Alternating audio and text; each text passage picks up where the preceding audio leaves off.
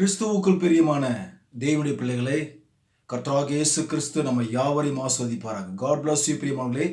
இந்த Christ revelation இந்த message 285வது முறையாக யூடியூபின் வழியாக செய்தி அளிக்கும்படியாய் பரிசுத்த ஆவியானவர் செய்த கிருபைக்காக பரிசுத்த ஆவியானவரை கோடி கோடியாக ஸ்தோத்திரிக்கிறேன். இந்த செய்தி பார்ட் 2 நாம் பார்க்க போகிறோம். மோசே ஏன் கற்பலகையை உடைத்தான் என்பதை குறித்து இந்த பார்ட் 2 நாம் பார்க்க போகிறோம். ஆகவே தயவு செய்து கூர்ந்து கவனியுங்கள், முழுமையாய் பாருங்கள், சத்தியங்களை அறிந்து கொள்ளுங்கள். அப்பொழுது கடைசி நாட்களில் நாம் இருப்போம் என்று சொன்னால் நம்முடைய சரீரங்கள் மறுரூபமாகி எடுத்துக்கொள்ளப்படுவோம். ஆகவே சத்தியங்களை அறிந்து கொள்ளுங்கள். அநேக நண்பர்களுக்கு கிறிஸ்தவர்களுக்கு அனுப்புங்கள். முழுமையாய் பாருங்கள். கர்த்தர் உங்களையும் அடியனையும் ஆஸ்வதிப்பாராக. இந்த செய்தி மோசே ஏன் கற்பலகை உடைத்து போட்டான் என்பதை குறித்து நாம் பார்க்க போகிறோம். நான் கடந்த செய்தியிலே சொன்னேன், அந்த நாட்களிலே தேவனுடைய பெட்டி இருந்தது. அதே போல இன்றைய காலத்திலே பாஸ்டர்கள் மூலம் ஏன் பேசவில்லை என்பதை குறித்து நாம் பார்க்க போகிறோம். சபையில் ஏன் வரங்கள் இல்லை என்பதை குறித்து பார்க்க போகிறோம். உடன்படிக்கை பெட்டி எது என்பதை குறித்து இப்போ நாம் பார்க்க போகிறோம். அல்லேலூயா. ஆகவே தயவுசெய்து முழுமையாய் பாருங்கள். சில பேர் நண்பர்கள் சொல்கிறார்கள், நான் அந்த பாஸ்டர், நான் ஏற்கனவே போன வீடியோவில் பேசினேன் இல்லையா, நான் என்னுடைய பாஸ்டர் சொல்கிறத நாங்கள் கேட்பேன், மற்ற வீடியோவில் பார்க்கறது இல்லைன்னு சொல்கிறாங்க. அது மிகப்பெரிய தவறு. அதாகவே புரிந்து கொள்ளுங்கள் தயவுசெய்து. அநேகருடைய செய்திகளை கேட்பது ஒன்றும் தப்பல்ல. ஏன்னா தேவன் ஒவ்வொரு ஆளுகள் மூலிமா வெளிப்பாடுகள் வரும்.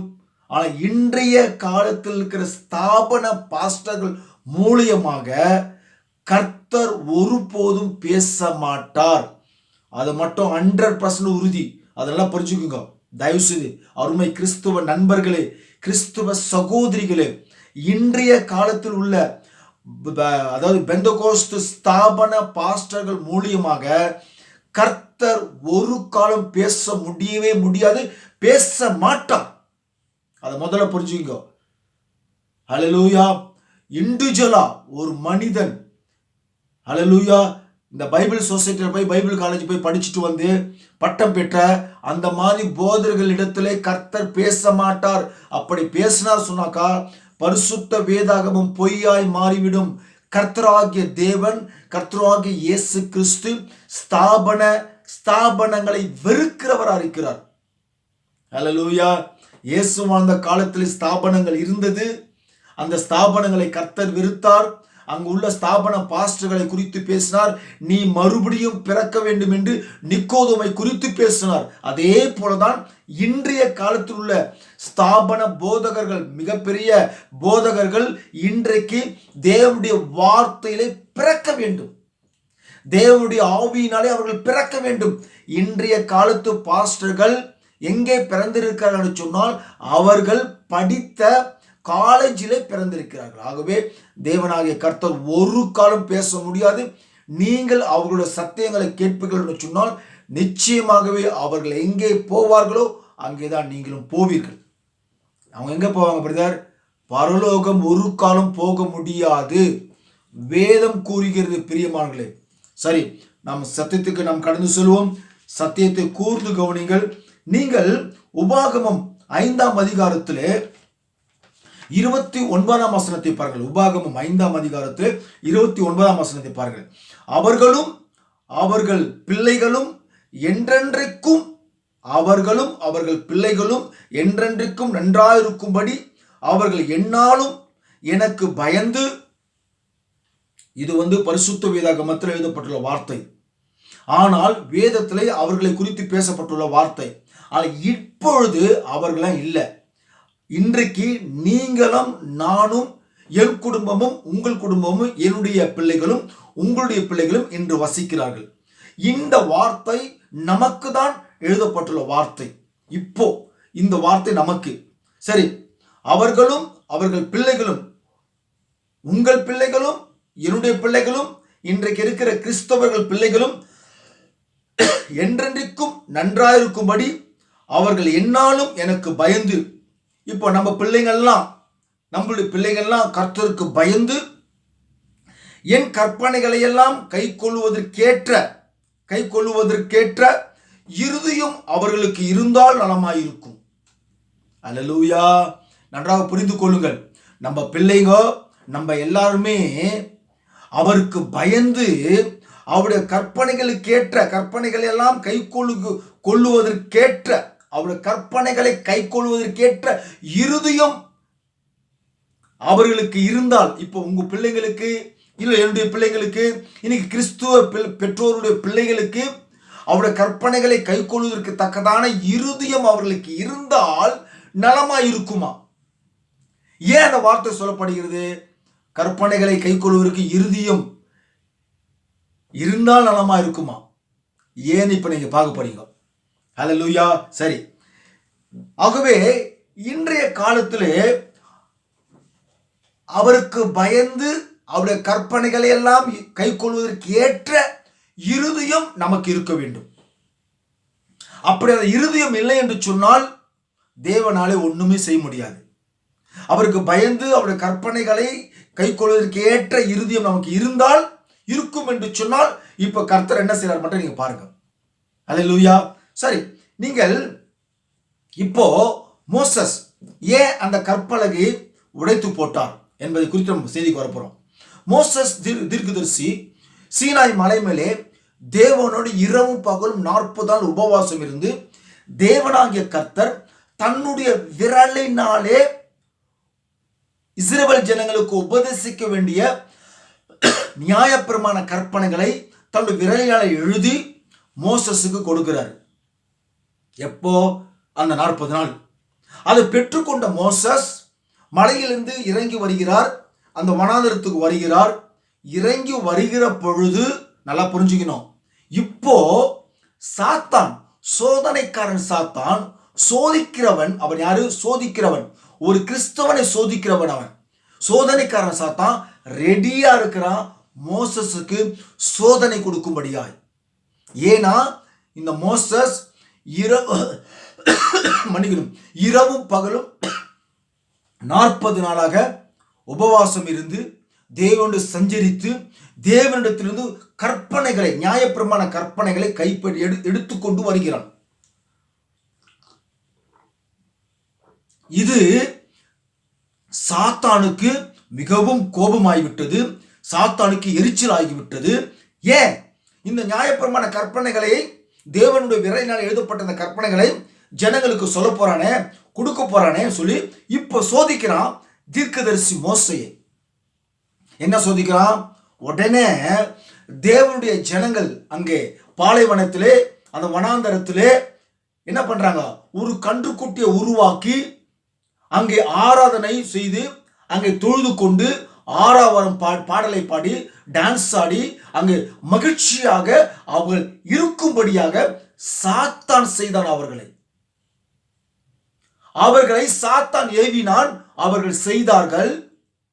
இங்கே சோதனை வந்த பொழுது, சோதனை கொடுத்த பொழுது மோசஸ் அந்த சோதனையிலே கோபம் கொண்டு, எல்லாருக்கும் தெரிந்ததுதான், ஆனால் கோபம் கொண்டு, இந்த கோபம் எப்படி வந்தது மோசஸ்க்கு சொன்னாக்கா, சாத்தான் கொடுத்தான் அந்த கோபத்தை. அவனுடைய சோதனையிலே அவன் சிக்கிக் கொண்டான் மோசே தீர்க்கதரிசி. அவன் கோபம் கொண்டு தேவனுடைய விரலினால் எழுதப்பட்ட அந்த கற்பலகையை உடைத்து போட்டான். ஏன் உடைத்து போட்டான்? ஏன் அவனுக்குள் கோபம் வந்தது? மோசே ஒரு பலவீன பாண்டமாக அவன் இருந்தபடியினாலே அந்த சோதனையிலே, சாத்தான் வைத்த அந்த சோதனையிலே அந்த மோசஸ் தீர்க்கதரிசி தோல்வி அடைந்து விட்டார். அருமையான தேவனுடைய பிள்ளைகளே, நன்றாக புரிந்து கொள்ளுங்கள். இது சாத்தான் செய்த காரியம். ஆகவே கோபத்தின் நிமித்தமாக, மோசஸுக்கு ஏற்பட்ட அந்த கோபத்தின் நிமித்தமாக, கோபத்தை உருவாக்குவது யார் என்று சொன்னால் சாத்தான். அதை முதல்ல புரிஞ்சுக்கணும். உங்களுக்கு கோபம் வருதுன்னு சொன்னாக்கா அது சாத்தான் கொடுக்குறான்னு அர்த்தம். அப்போ மோசஸ் தீர்க்கதரிசிக்கு கோபம் எப்படி வந்ததுன்னு கேட்டாக்கா, சாத்தான், சோதனைக்காரன் சாத்தான் அங்கே மோசஸ் இரவும் பகல் உபவாசம் இருந்து வந்த உடனே சோதனை ரெடியா இருக்குது மோசஸுக்கு கீழே வனாந்தரத்துல. அதை ஏற்படுத்தினதும் சாத்தான் தான். அதை ஏற்படுத்தினதும் சாத்தான் தான். அந்த சோதனையில் கோபம் கொண்டு தேவனுடைய கற்பனையை உடைத்து போட்டான். அங்கே சாத்தான் ஜெயித்து விட்டான். அல்லேலூயா. தேவனுக்கு மிகவும் வருத்தமாகிவிட்டது.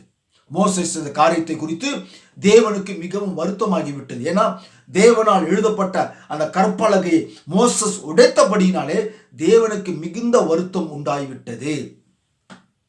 இப்போ சாத்தான் ஜெயித்து விட்டான். தன் கோபத்தின் நிமித்தமாக தீர்க்கதரிசி தன்னுடைய கற்பனை, தேவனுடைய கற்பனையை உடைத்து விட்டான். ஹல்லேலூயா.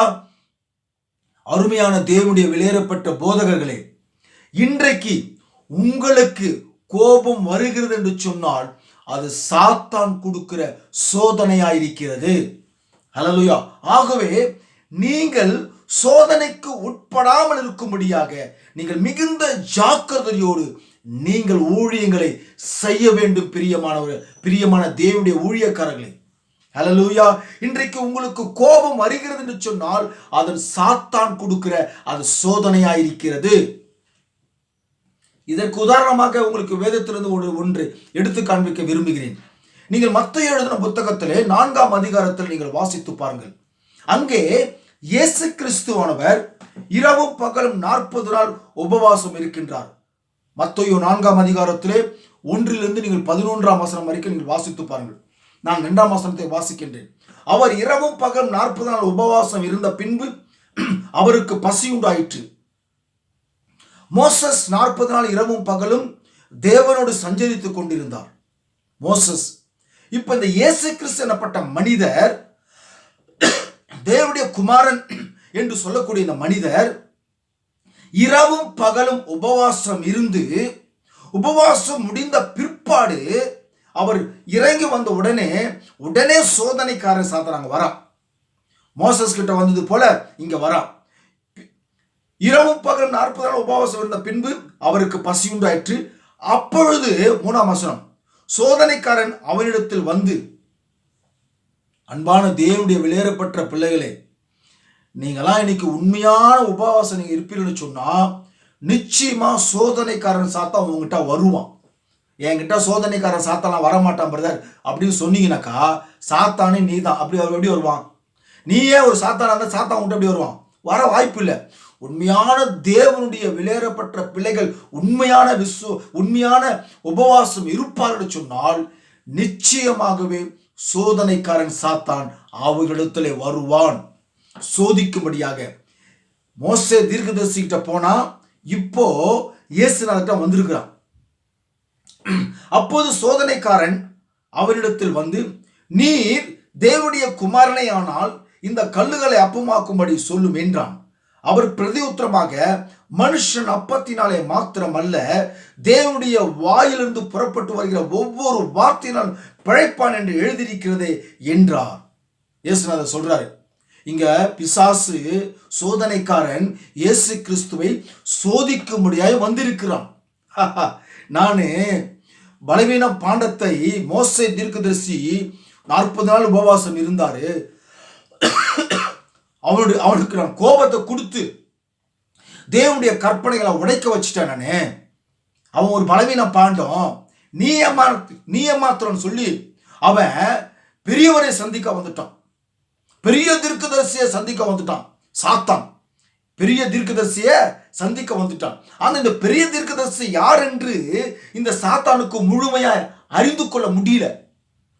இவரும் மோசையை போலதான் இருப்பாருன்னு சொல்லி இங்க வந்தான் இயேசு கிறிஸ்து கிட்ட. மோசே தீர்க்கதரிசியை விட இவர் மிக பெரிய ஆளு, இவரையே நான் ஈஸியா தோக்கடிச்சிருவேன், வார்த்தையினால பார்த்துடலாம் சொல்லி வந்தான். தேவனோட உரையாடல் நடந்தது, பேச்சுவார்த்தை நடந்தது. அங்கே சாத்தான் தோத்து போய்விட்டான். அல்லேலூயா. அங்கே இந்த தீர்க்கதரிசி, இயேசு எனும் தீர்க்கதரிசி சாத்தானை வீழ்த்தடித்தார், தோற்கடித்தார். அல்லேலூயா. இங்கே பாருங்கள், 11ஆம் வசனத்தை வாசிங்கள், நீங்கள் முழுசா வாசிங்கள். 3 முறை இயேசு கிறிஸ்துவை சோதிப்பான். தன்னுடைய தேவனுடைய வார்த்தையினாலே, வேதத்தில் இருக்கிற வார்த்தை எடுத்து காண்பிப்பான். அல்ல இயேசுவும் வேதத்தில் எழுதியிருக்கிறது என்று எடுத்து சொல்லுவார். ஆகவே இயேசு சொல்றாரு, அப்பாலே போ சாத்தானே அப்படி சொல்லும் பொழுது, அப்பொழுது பிசாசானவன் அவரை விட்டு விலகி போனான், தோத்து போயிட்டான். சாத்தான் நினைச்சான், மோசை விட பெரிய மனுஷன் நான் சந்திக்க வந்துட்டேன், பெரிய தீர்க்கதரிசியை நான் இப்ப சந்திக்கிறேன், இவரையும் நான் வீழ்த்திருவேன் என்று அவன் எண்ணம் கொண்டு இந்த இயேசு எனும் தீர்க்கதரிசியை சந்திக்க வந்தான். ஆனால் இந்த சாத்தான் தோற்று போய் விலகி போய் விட்டான். அல்லேலூயா. இயேசு கிறிஸ்துவ போய் எங்கன்னா தோக்கடிக்க முடியுமா? தோக்கடிக்க முடியாது. ஆனா ஒரு கேள்வி கேட்டான், நீ தேவனுடைய குமாரனையானால். ஏன் அந்த கேள்வி கேட்கணும் இயேசுநாதரை? எதுக்காக அந்த கேள்வி கேட்கணும்? இது குறித்து அநேக வீடியோவில் பேசியிருக்கிறேன். ஏன்னா இயேசு கிறிஸ்து தன்னை தேவனுடைய குமாரன் என்று அவர் சொன்னதுனால பிசாசு கேட்கிற அவரை நீ தேவனுடைய குமாரனே ஆனால் சொல்லிட்டு. ஏன்னா இந்த பிசாசு பரலோகத்தில் இருந்தவன் தேவனுக்கு உண்மையான ஒரு தூதனாய், பிறரான தூதனாய் இருந்தவன். அந்த பரலோகத்தில் யார் இருக்கிறார்கள் என்பதெல்லாம் இவனுக்கு தெரியும். தேவன் ஒருவர் மட்டும்தான் இருக்கிறார், பிதா ஒருவர் மட்டும்தான் இருக்கிறார். அந்த பிதாவுக்கு அந்த தேவனுக்கு குமாரனாக இல்லை என்பதை குறித்து அந்த பிசாசுக்கு நன்றாகவே தெரியும். ஹல்லேலூயா. இவர் என்னடானாக்கா தேவனுடைய குமாரன் சொல்றாரு இங்க இந்த பூமியில. ஆகவே இவனுக்கே ஒரு சந்தேகமாகி விட்டது. ஏன்னா இவன் பரலோகத்தில் இருந்தவன் இல்லையா? பரலோகத்தில் இருந்தாலும் விழப்பட்டவன், உதைச்சு தள்ளினாங்க இங்க கீழே வந்துட்டான். அதனால ஒரு சந்தேகத்துல இயேசுநாதரை கேட்கிற, நீ தேவனுடைய குமாரனே ஆனால். ஹல்லேலூயா. அருமையான தேவனுடைய பிள்ளைகளே, தேவனுக்கு குமாரன்லாம் இல்லம்மா கண்ணே, பிதாவுக்கு குமாரன்லாம் இல்லை. நீங்க வேதத்தினெல்லாம் இது குறித்து நிறைய முறை பேசியிருக்கிற. அதனால இயேசு இந்த மனிதனை நான் ஈஸியா வீழ்த்திடுவேன் என்ற சிந்தனை கொண்டு வந்தான். அவன் தோர்த்து போய்விட்டான். ஆனா மோசே தீர்க்கதரிசி கற்பலையை உடைக்க காரணம், மோசைக்கு அந்த கோபத்தை கொடுத்தான். மோசே ஒரு பலவீன பாண்டமாய் இருந்தபடினாலே அவன் தோர்த்து போனான். அல்லேலூயா. இன்றைக்கு கூட அநேக கிறிஸ்தவர்கள் விசுவாசத்திலே தோற்று போக காரணம் என்ன கேட்டாக்கா, அவர்கள் பலவீன பாண்டமா இருக்கிறபடி, விசுவாசத்திலே அவர்கள் பலவீன பாண்டமா இருக்கிறபடினாலே அவர்கள் தோற்று போய் கொண்டு வருகிறார்கள். அல்லேலூயா. நாம் ஜெய வீரராய் மாற வேண்டும், ஜெயிக்கிற பிள்ளைகளாய் மாற வேண்டும். அல்லேலூயா. நாம் ஜெயிக்கிற பிள்ளைகளாய் மாற வேண்டும் என்று சொன்னால் உங்களுக்குள் முழு விசுவாசம் இருந்தால் மட்டுமே நாம் ஜெயிக்க முடியும். சரி, நீங்கள் நீதிமொழி 3ஆம் அதிகாரம் 3ஆம் வசனத்தை பாருங்கள். கிருபையும் சத்தியமும் உன்னை விட்டு விலகாதிருப்பதாக, நீ அவைகளை உன் கழுத்திலே பூட்டு, அவைகள் உன் இருதயமாகிய பலகையிலே எழுது. ஹல்லேலூயா. பின்பு மோசே தீர்க்கதரிசி உடைத்த பிற்பாடு மோசையை மறுபடியும் மலை மேல கூப்பிடுறாரு. மோசஸ் தேவன் சொல்றாரு, மோசஸ் எழுதுறாரு. இங்க வேத வாக்கியம் சொல்கிறது, கிருபையும் சத்தியமும் உன்னை விட்டு விலகாதிருப்பதாக அவைகளை உன் இருதய பலகையிலே நீ எழுது. அல்லேலூயா. நீ எழுது அப்படின்னு பழைய ஏற்பாட்டில் சொல்லப்படுகிறது. கர்த்தர் சொல்றார் எழுதுன்னு சொல்லிட்டு. ஆனா அதே கர்த்தர் இந்த பூமியிலே மனிதனாய் தோன்றி நமக்காக ரத்தம் சிந்தி ஜீவனை கொடுத்து அவர் மரித்து உயிர்த்தெழுந்து போன பிற்பாடு அவரே மீண்டும் பரிசுத்தாவே இந்த பூமியில இருக்கும் பொழுது அவர் என்னதான் செய்யறாரு? இப்போ ஒவ்வொரு கிறிஸ்துவ பிள்ளைகளுக்கும் வாசிக்கின்ற கேளுங்க. 2 கொரிந்தியர் 3ஆம் அதிகாரம் 3ஆம் வசனத்தை பாருங்கள். இப்ப நான் நீதிமொழி 3ஆம் அதிகாரம் 3ஆம் வசனம் சொன்னேன் இல்லையா? இப்ப 2 கொரிந்தியர் 3ஆம் அதிகாரம் 3ஆம் வசனத்தை பாருங்கள். நீங்கள் எங்கள் ஊழியத்தினால் உண்டாகிய கிறிஸ்துவின் நிருபமாய் இருக்கிறீர்கள் என்று அப்போஸ்தலனாகிய பவுல் அங்கு உள்ள விசுவாசிகளை பார்த்து பேசுறார். சபை விசுவாசிகளை பார்த்து பேசுறார். கிறிஸ்துவின் நிருபமா இருக்கிறான் என்று வெளியரங்கமாய் இருக்கிறது. அது மையினால் அல்ல, ஜீவனுள்ள தேவனுடைய ஆவியினாலும் கற்பலகையினால் அல்ல. ஹல்லேலூயா. கற்பலகைகள் அல்ல, இருதயங்களாகிய சதையாகிய பலகையினாலையும் எழுதப்பட்டிருக்கிறது. ஹல்லேலூயா. இருதயமாகிய அந்த பலகையிலே மையினால் எழுதவில்லை. என்ன வேற எதுல எழுதியிருக்கிறது? ஜீவனுள்ள தேவனுடைய ஆவியினாலே இருதயமாகிய பலகையிலே அவர் எழுதிட்டாரு. ஹல்லேலூயா. நான் சொன்னேன் உங்ககிட்ட, தேவனுடைய ஃபர்ஸ்ட் உங்களுக்கு சொல்லிட்டேன் ஏன் மோசஸ் உடைச்சாரு சொல்லிட்டு. இப்போ அங்க ஆறுடைய கோலும் துளிர்த்த கோலும் மன்னாவும் கற்பனைகளும் தேவனுடைய பெட்டியில இருந்தது. ஹல்லேலூயா. ஆனா இப்போ தேவனுடைய பெட்டி எது என்று சொன்னால், இந்த சபைதான் தேவனுடைய பெட்டி, இந்த சரீரம் தான் தேவனுடைய பெட்டி. இந்த தேவனுடைய பெட்டிக்குள்ள வசனம் சொல்லுது, ஜீவனுள்ள தேவனுடைய ஆவியினாலே, அவருடைய ஆவியினாலே இருதயமாகிய பலகையிலே அவர் எழுதுறார். ஹல்லேலூயா! எத்தனை பேர் ஹல்லேலூயா சொல்லுங்க? ஹல்லேலூயா! ஆக ஒரு இந்த பெட்டியிலே, இந்த சபையிலே, இந்த சரீரத்திலே உள்ள இருக்கிற இருதயமாகிய பலகையிலே ஜீவனுள்ள தேவனுடைய ஆவியால் எழுதப்பட்டுள்ள வார்த்தை உனக்குள் இருக்கும் என்று சொன்னால், சற்று சிந்தித்து பாருங்கள். எப்படி ஒரு மகிமையான ஒரு காரியத்தை கர்த்தர் உங்க மூலியமாய் செய்வார் என்று சற்று சிந்தித்து பாருங்கள். இந்த சபைக்குள்ள, இந்த பலகையிலே, இந்த பெட்டிக்குள்ள அவருடைய இருதயமாகிய பலகை இருக்கிறது.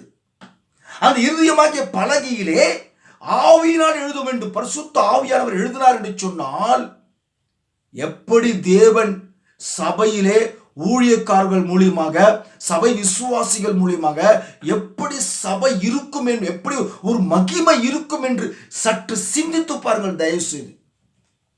ஆக இன்று இருதயமாகிய பலகையிலே ஜீவனுள்ள தேவனுடைய ஆவியினாலே எழுதப்படாத வார்த்தைகள். அதனாலதான் இன்றைக்கு ஊழியக்காரர்கள் பலகையில், இருதயமாகிய பலகையிலே வசனங்கள் பரிசுத்த ஆவியானவர் எழுதாமல் இருக்கிறபடினாலே, இன்று நான் சொன்னேன் இல்லையா, ஏன் மனிதன் மூலியமாய் பேசவில்லை என்று சொன்னேன் இல்லையா, அவர் பேசாமல் இருக்க காரணம் கேட்டாக்கா, இருதயம் என்னும் பலகையிலே தேவனுடைய வார்த்தை உங்களிடத்தில் ஸ்தாபன பாஸ்டர் குலத்திலே கிடையாது. பரிசுத்த ஆவியால் எழுதப்படவில்லை. ஆகவேதான் இன்றைக்கு கர்த்தராகிய தேவன் சபையிலே ஊழியக்காரர் மூலமாய் பேசுவது கிடையாது. ஹல்லேலூயா! இன்று மையினால் எழுதப்பட்ட அந்த புத்தகம் இருக்கிறது. இது கூட ஒரு நாள் மறைஞ்சிடும் கண்டிப்பா. ஆனா தேவனுடைய ஆவியால் எழுதினார் என்று சொன்னால் இருதயமாகிய பலகையிலே ஒரு காலம் அது ஒழியவே ஒழியாது. ஹல்லேலூயா! நீங்கள் வாசித்து பாருங்கள். என்ன எழுதுறாரு? மையினால இருதயமாகிய பலகையில என்ன எழுதப்பட்டிருக்கிறது? அவர் என்ன எழுதுறாரு? உன் இருதயத்தில் அன்பு, சந்தோஷம், சமாதானம், நீடிய பொறுமை, தயவு, நற்குணம், விசுவாசம், சாந்தம், இச்சையடக்கம், சகோதர சிநேகம், இவைகள் எல்லாமே பரிசுத்த ஆவியானவருடைய விரலினாலே, மீண்டும் அவருடைய ஆவி என்னும் மையினாலே அவர் இருதயம் என்னும் பலகையிலே எழுதினார் என்று சொன்னால், ஹல்லேலூயா, சாத்தானாலே இந்த இருதயமாகிய பலகையை உடைக்க முடியாது. அவனால மோசே தீர்க்கதரிசி பலகை எடுத்துட்டு வந்தான், கோபம் கொண்டு உடைக்க வைத்தான். ஆனா இந்த பெட்டிக்குள் இருக்கிற இருதயமாகிய பலகைக்குள்ளே ஜீவனுள்ள தேவனுடைய ஆவியால் எழுதப்பட்ட இந்த அன்பு, சந்தோஷம், சமாதானம், நீடிய பொறுமை, தயவு, நற்குணம், விசுவாசம், சாந்தம், இச்சையடக்கம், சகோதர சிநேகம், தேவ ஆவியால் எழுதப்பட்டுள்ள இந்த வார்த்தைகளை, இந்த இருதயம் உள்ள பலகையை சாத்தானாலே உடைக்க முடியாது. ஹல்லேலூயா! எத்தனை பேர் ஹல்லேலூயா? ஹல்லேலூயா! சாத்தானாலே உடைக்க முடியாது. ஹல்லேலூயா! அதனால தான் ஆண்டவர் கேட்கிறாரு, நீதிமொழி 23:26, என் மகனே உன் இருதயத்தை எனக்கு தா. அன்பான தேவனுடைய வெளியேறப்பட்ட சகோதரி சகோதரர்களே, ஹல்லேலூயா! நம்மளாம் இருக்க போறது 60 வருஷமோ 70 வருஷமோ 80 வருஷமோ, அதுக்கப்புறம் நம்ம மண்ணுக்கு போறது உறுதி. ஆனா நம்ம ஆத்துமா பரலோகத்துக்கு போகணும், தேவனோடு இருக்கணும், இல்ல கடைசி நாட்கள் நம்ம மறுமனிதன் எடுத்துக்கொள்ளப்படணும்னு சொன்னாக்கா, இந்த ஆத்துமா என்னும் இருதய பலகையிலே ஜீவனுள்ள தேவனுடைய ஆவியினாலே தேவன் எழுதினார் என்று சொன்னால், ஹல்லேலூயா, இந்த இருதயத்தை அவருக்கு நம்ம தர வேண்டும். அந்த இருதயத்தை நம்ம கொடுத்தாதான் அவர் எழுதுவார். கொடுக்கலன்னா நம்ம அவர் எழுத மாட்டார். தேவன் இருதயங்களை கேட்கிற ஆண்டவரா இருக்கிறார். ஆனா சாத்தான் உன்னுடைய மூளையை எடுக்கிற சாத்தானா இருக்கிறான். அவன் மூளையை உபயோகப்படுத்துகிறான். சாத்தானுக்கு தேவை மூளை, ஆண்டவருக்கு தேவை இருதயம். நீ எதை கொடுக்க போற?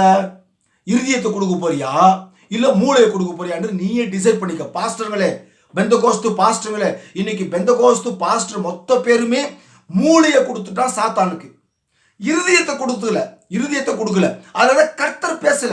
கர்த்தர் பேசாத காரியத்தை கர்த்தர் பேசினார் என்று பேசிக் கொண்டு வருகிறார்கள் இன்னைக்கு ஸ்தாபன போதகர்கள். நான் சொல்லுங்க, வேதமே அதுதான் சொல்லுது. ஹல்லேலூயா! சரி, நீங்கள் பாருங்கள், இந்த மோசேஸ் தீர்க்கதரிசி அவர் தேவனுடைய கற்பனைகளை எடுத்துக்கொண்டு வந்தார் பூமிக்கு. அது மரணத்துக்கு ஏதுவான ஊழியத்தை செய்தான் மோசே தீர்க்கதரிசி. மரணத்துக்கு ஏதுவான ஊழியத்தை செய்தான். அது மகிமையா இருந்தது என்று வேத வாக்கியம் சொல்கிறது. அல்லேலூயா. அந்த நியாயப்பிரமாணம், மோசே எழுதின நியாயப்பிரமாணம், தேவன் கொடுத்த வார்த்தைகள் எல்லாம் அது எப்படி இருந்ததா? மரணத்துக்கு எதுவாக இருந்தது. ஏன்னாக்கா நியாயப்பிரமாணம் ஒரு மனிதனை குற்றப்படுத்துகிறது. அல்லேலூயா. அது மரணத்துக்கு எதுவான மகிமையுள்ள ஒரு ஊழியமா இருக்கும் என்று சொன்னால், இன்றைய காலத்தில் சற்று சிந்தித்து பாருங்கள் தயவு செய்து. தேவனுடைய ஆவியினாலே, பரிசுத்த ஆவியாலே இருதயம் என்னும் பலகையிலே அவர் எழுதினார் என்று சொன்னால் எப்படி இருக்கும் சபைகள், எப்படி இருக்கும் ஒவ்வொரு விசுவாசி பிள்ளைகளும் எப்படி இருப்பார்கள் என்று சற்று சிந்தித்து பாருங்கள். நான் வாசிக்கின்றேன் 2 கொரிந்தியர் 3ஆம் அதிகாரத்தில் 7-9 வரைக்கும் நான் வாசிக்கின்றேன். எழுத்துக்களினால் எழுதப்பட்ட கற்பலைகளில் பதிந்திருந்த மரணத்துக்கு ஏதுவான ஊழியத்தை செய்த மோசேயினுடைய முகத்திலே மகிமை பிரகாசமாய் உண்டாயிருந்தபடியால் இஸ்ரவேல் புத்திரர் அவன் முகத்தை நோக்கி பார்க்க கூடாது இருந்தார்களே. அல்லேலூயா. மோசேசுடைய முகம் பிரகாசமா இருந்ததான் கற்பனை எடுத்துக்கொண்டு வரும்பொழுது.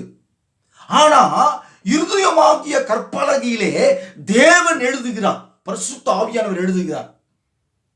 அப்படி பார்க்க போனாக்கா நம்முடைய முகங்கள் எப்படி இருக்க வேண்டும் என்பதை குறித்து சற்று சிந்தித்து பாருங்கள். அல்லேலூயா. உங்களுடைய இருதயமாகிய பலகையிலே பரிசுத்த ஆவியின் விரலினாலே அவர் ஆவியினாலே எழுதினார் என்று சொன்னால் உங்களுடைய முகங்களே அப்படியே சும்மா அப்படியே ஜொலிக்கும் முகம். அன்றைக்கு மோசஸ் முக்காடு போட்டுக்கினாரு. பவுல் சொல்றாரு, நாங்களாம் அப்படிலாம் போடுறது கிடையாது, நாங்களாம் ஓப்பனா காமிப்போம். அல்லேலூயா. ஏன்னா தேவன் எங்களுக்குள் வாசம் செய்கிறார். அல்லேலூயா. அவர் சொன்னார், உலகத்தின் முடிவு பரிந்தும் சதா காலையிலும் உங்களோடு இருக்கிறேன்னு சொன்னார்.